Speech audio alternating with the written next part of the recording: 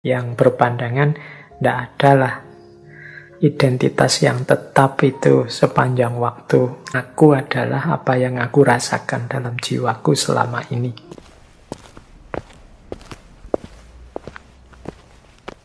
Assalamualaikum warahmatullahi wabarakatuh.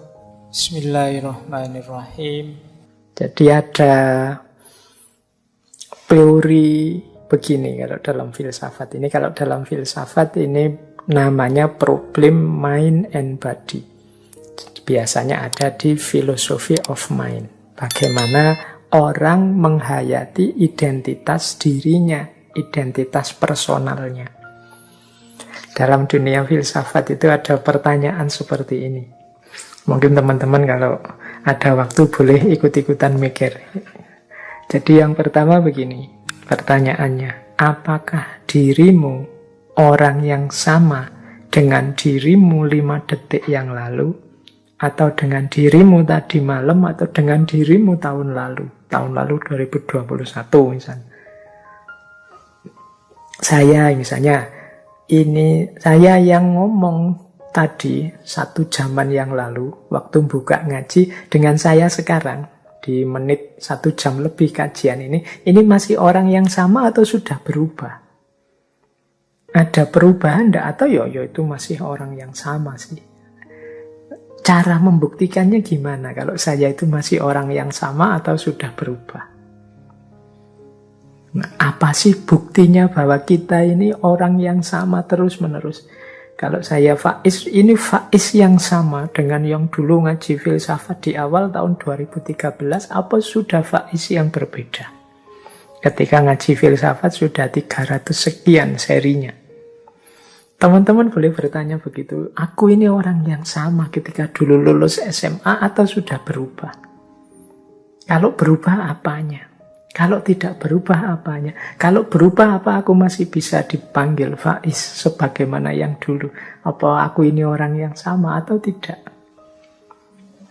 Bagaimana kita bisa tahu bahwa kita ini orang yang sama? Ketika kita mau tidur terus bangun lagi, itu membuktikan bahwa yang bangun ini ya orang yang tadi tidur itu apa? Nah, ini buktinya mana? Nah, ini problem philosophy of mind kalau dalam filsafat. Ya teori-teorinya banyak. Ini saya jelaskan agak cepat ya karena pertimbangan waktu. Mungkin teman-teman silahkan mendalami. Ada beberapa teori untuk yang diberikan oleh para filosof untuk menjawab pertanyaan ini. Misalnya ada yang punya pandangan begini. Teori yang pertama ini namanya illusion theory. Teori ilusi. Kata teori ini tidak ada diri yang tetap sepanjang waktu. Kita ini berubah dari satu waktu ke waktu selanjutnya dan terus berubah menjadi pribadi yang baru. Nah, kalau kita menganggap bahwa ada sesuatu yang tetap dan sama dalam diri kita, itu ilusi saja. Itu namanya illusion theory.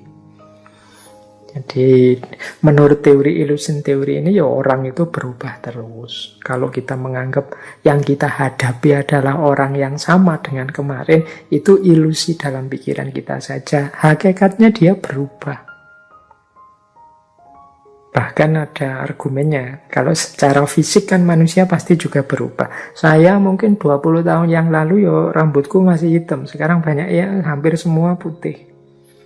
Saya sekian tahun yang lalu mungkin lebih gemuk atau lebih kurus dan lain sebagainya. Dan mungkin sekarang lebih ringkih, dulu lebih tangguh dan lain sebagainya. Secara fisik manusia pasti berubah. Kalau ini kan mudah membuktikannya. Dulu teman-teman waktu SD tidak punya kumis, sekarang punya kumis. Ini kan kalau fisik sederhana, jadi pasti kelihatan perubahannya. Bahkan ada teori setiap 7 tahun sekali tampilan fisik seseorang itu sepenuhnya mengalami perubahan. Bolehlah teman-teman nanti membandingkan foto-foto kita 7 tahun yang lalu misalnya. Coba dicek terus berkaca sekarang. Kira-kira ada perubahan apa? Kalau di teorinya sih begitu. Kemudian pikiran apa lagi perasaan apalagi, persepsi apalagi, cara memandang hidup apalagi. Ini pasti juga berubah. Nah, teori yang pertama ini namanya illusion teori. Ini bisa ditemukan misalnya dalam gagasannya David Hume, Heraclitus, William James, termasuk Buddha. Dengan dalam Buddhisme kan ada konsep anicca, ada konsep anatta, ketidakkekalan, ketiadaan aku. Bahwa aku yang konsisten sepanjang waktu itu sebenarnya tidak ada. Yang ada itu aku yang berubah terus-menerus setiap waktu, setiap detik. Aku ini tidak sama loh dengan aku yang dulu. Jadi kalau teman-teman lagi gegeran dengan pacarnya kan biasanya sering digugat begitu. Kamu kok sekarang berubah, tidak seperti yang dulu. Loh, memang manusia itu hakikatnya berubah. Jadi tidak mungkin sama. Kalau kamu nganggapnya sama, itu hanya ilusi saja. Hakikatnya dia berubah. Oke, itu namanya illusion teori. Teori pertama. Ada teori kedua. Teori kedua ini namanya body theory. Atau kadang disebut physical continuity. Ini pemahaman yang namanya common sense. Biasanya kita pakai. Teman-teman ketemu saya dulu tahun 2013, mungkin generasi awal yang ngaji filsafat. Sekarang ketemu saya lagi, ya tetap merasa saya dulu ketemu Pak Faiz, ya sekarang ketemu Pak Faiz. Dan ini Pak Faiz yang sama yang saya temui dulu zaman tahun 2013. Nah, ini namanya body theory. Jadi ketika kita berhadapan dengan sosok yang sama, meskipun mungkin fisiknya berubah. Mungkin dulu saya gemuk misalnya, mungkin dulu kumis saya panjang, sekarang tak potong misalnya. Itu kan berubah sebenarnya, tapi tetap kita sadari bahwa ini orang yang sama, Faiz yang sama. Nah, ini namanya body theory. Jadi, atau teori physical continuity. Meskipun sama sekali berubah, misalnya saya melakukan operasi plastik total misalnya, sehingga berubah sama sekali. Tapi kan kalau kita tahu ini Pak Faiz dulu ya memang operasi plastik saja, sekarang wajahnya berubah, tapi tetap aku nganggep ini Pak Faiz. Ini namanya body theory. Jadi asal aku berhadapan dengan sosok ini, apapun perubahannya ya tetap dia orang yang sama. Nah, ini teori kedua. Ada teori ketiga, namanya soul theory. Kalau ini kebalikannya yang tadi. Kalau yang tadi yang hakiki itu yang fisik, kalau ini yang jiwa. Jadi ini kalau kita sering melihatnya lahir dan batin. Kalau ini yang hakiki itu ya yang batin, yang jiwa. Jadi kalau fisik ini berubah-ubah nanti mati. Kalau jiwa itu yang hakiki. Justru mengenali seseorang itu ya jiwanya. Apa yang ada di balik yang fisik. Nah, ini menarik kalau disambungkan dengan teorinya Plato tentang ide. Yang hakiki itu yang ada di dunia ide, yang barang ada kenyataannya itu tidak hakiki, selalu tidak sempurna. Nah, berarti identitas kita itu sebenarnya identitas identitas kejiwaan, identitas rohaniah. Kalau identitas fisik tidak bisa jadi pedoman. Nah, ini namanya soul theory, psychological continuity. Jadi psikologisnya, isinya. Mengapa sih tadi ketemu saya, meskipun wajahku berubah, teman-teman masih menganggap saya? Ya karena isinya, batinnya. Jadi, karena batinnya masih Faiz yang dulu. Kalau tadi kan fisiknya, meskipun berubah, tapi kan sosoknya masih tetap sosok yang itu. Tapi kalau ini enggak, bukan sosok, bukan fisiknya, tapi batinnya. Yang keempat, ada perspektif memori. Nah, ini tokohnya antara lain John Locke. Kata John Locke, ya manusia itu, identitas manusia itu ya bukan tubuhnya, bukan psikisnya, tapi memorinya, ingatannya. Jadi orang itu masih orang yang sama kalau isi ingatannya masih sama seperti sebelumnya. Ini teman-teman boleh ngambil case ya untuk mudahnya menjelaskan. Misalnya ada orang yang amnesia total. Kalau di drama-drama itu kan kadang ada orang yang lupa sama sekali tentang dirinya karena penyakit tertentu. Nah, ketika orang lupa sama sekali tentang dirinya, ini kan hubungannya dengan memori. Dia, kalau versinya John Locke, ya bukan orang yang sama lagi. Kita tidak bisa memperlakukan dia seperti dia sebelumnya.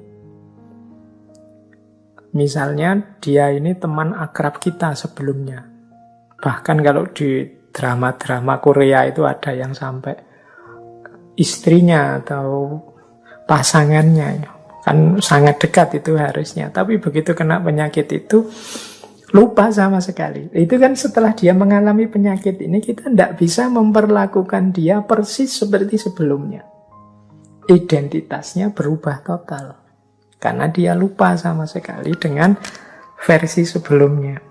Maka kata John Locke, identitas itu sebenarnya dasarnya adalah memori. Siapa aku itu sebenarnya kita rumuskan dari ingatan kita selama ini. Nah, ini namanya memori teori. Jadi basis dari identitas kita adalah ingatan kita tentang siapa diri kita. Bayangkan misalnya ya teman-teman besok pagi bangun ternyata isi memorinya tertukar. Misalnya isi memorinya teman-teman ketukar dengan saya. Bangun pagi teman-teman merasa bahwa saya ini Faiz loh, tapi begitu berkaca kok bukan. Tapi kan secara identitas itu ya tergantung memori. Berarti aku hidup menjalani keseharian sebagaimana isi Faiz tadi. Nah, ini kan memori. Kita hidup itu berdasarkan memori. Kita bangun pagi misalnya merasa, oh ini anakku, itu istriku, yang sana adikku. Itu kan berdasarkan ingatan kita selama ini. Nah, ini tokohnya John Locke. Oke, baik. Berarti ada 4 perspektif tadi ya untuk bagaimana kita menegaskan siapa aku ini. Ada teori ilusi yang berpandangan tidak adalah identitas yang tetap itu sepanjang waktu. Kita ini manusia yang selalu berubah. Ada body teori, ya aku yang terlihat selama ini. Nah, kalau soul teori, ya aku adalah apa yang aku rasakan dalam jiwaku selama ini. Kalau memory teori itu ya aku adalah sesuai yang aku ingat tentang diriku selama ini. Kalau teman-teman tanya yang paling pas yang mana Pak, yang paling benar yang mana Pak, ini kalau dalam filsafat seperti saya bilang di awal tadi, ini perdebatan dan diskusi ini masih berlangsung, masih banyak perspektif-perspektif baru. Apalagi hari ini muncul macam-macam problem, termasuk situasi-situasi seperti artificial intelligence, kesadaran-kesadaran baru tentang manusia. Ini juga nambah rame. Mungkin lain waktu bisa kita jelajahi lebih dalam.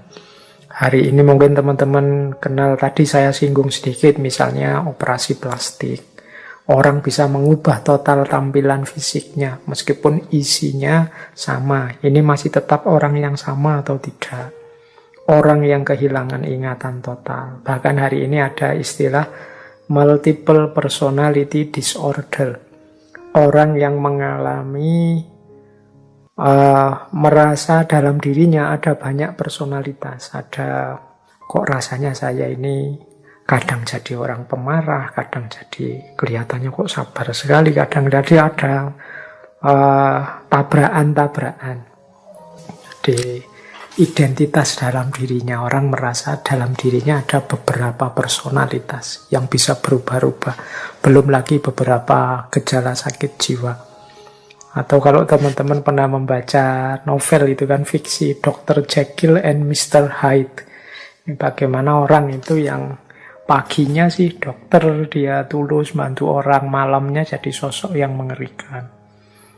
seperti psikopat-psikopat itu kan kadang kelihatannya lembut, kelihatannya manusiawi sekali kelihatannya, tapi kalau keluar sisi sadisnya dia luar biasa sadisnya. Nah, ini kan fenomena-fenomena yang mungkin perlu dibahas lebih dalam, lebih luas. Cuma untuk malam hari ini kita belum banyak fokus ke situ. Paling tidak teman-teman ngerti dulu wacananya. Seperti saya bilang ya, ngaji ini kita awali dulu dengan nambah wawasannya dulu.